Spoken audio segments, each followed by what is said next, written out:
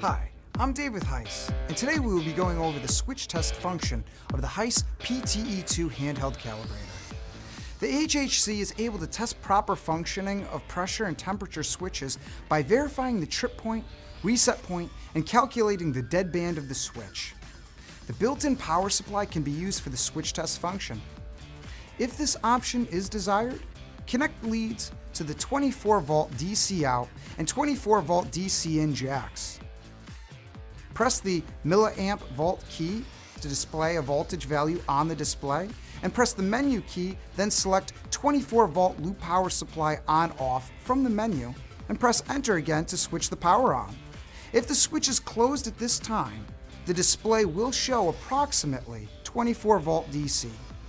If the switch is open, the display will show 0 volts. To activate the switch test function, go into the menu using the menu key. Use the down arrow to highlight modes and press enter. Scroll down to switch testing. Highlight measurement channel and then select your channel module. The HHC will now go back to the switch testing menu. From the switch testing menu, scroll to signal type and press enter. Scroll down to voltage, then press enter.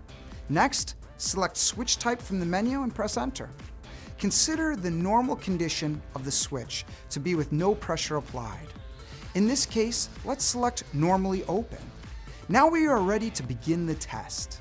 From the menu, select begin test and press enter to enter test mode. In switch test mode, the display will initially show the live pressure and units of measure. The switch trip point, reset point, and deadband will be indicated by the following symbols.